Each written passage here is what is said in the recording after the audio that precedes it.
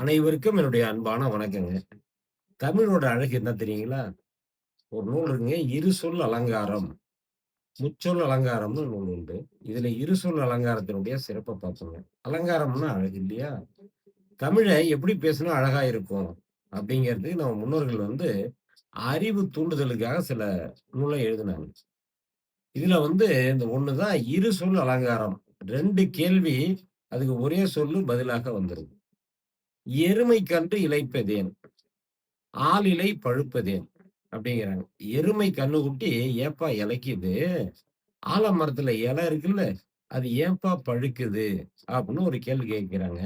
கேள்வி கேட்டுட்டு ஒரே சொல்லு பதிலா வருது. பால் இல்லாமப்பா. பால் இல்லாதனால எருமை கன்னுக்குட்டி இளைச்சு போதா, பால் இல்லாதனால ஆல இலை பழுத்து போய் கீழ விழுதுப்பா. அப்படின்னு சொல்றாங்க. தமிழுடைய நுட்பங்கள நாமெல்லாம் தெரிஞ்சுக்கிறதுக்காக, இருசொல் அலங்காரம்ங்கிற ஒரு அழகான நூல நம்ம முன்னோர்கள் எழுதினாங்க. இது வினா விடையாவே அழகா வரும். இது மாரி குழந்தைகளுக்கு நம்ம சொல்லிக் குடுப்போங்க. நன்றிங்க. வணக்கம்.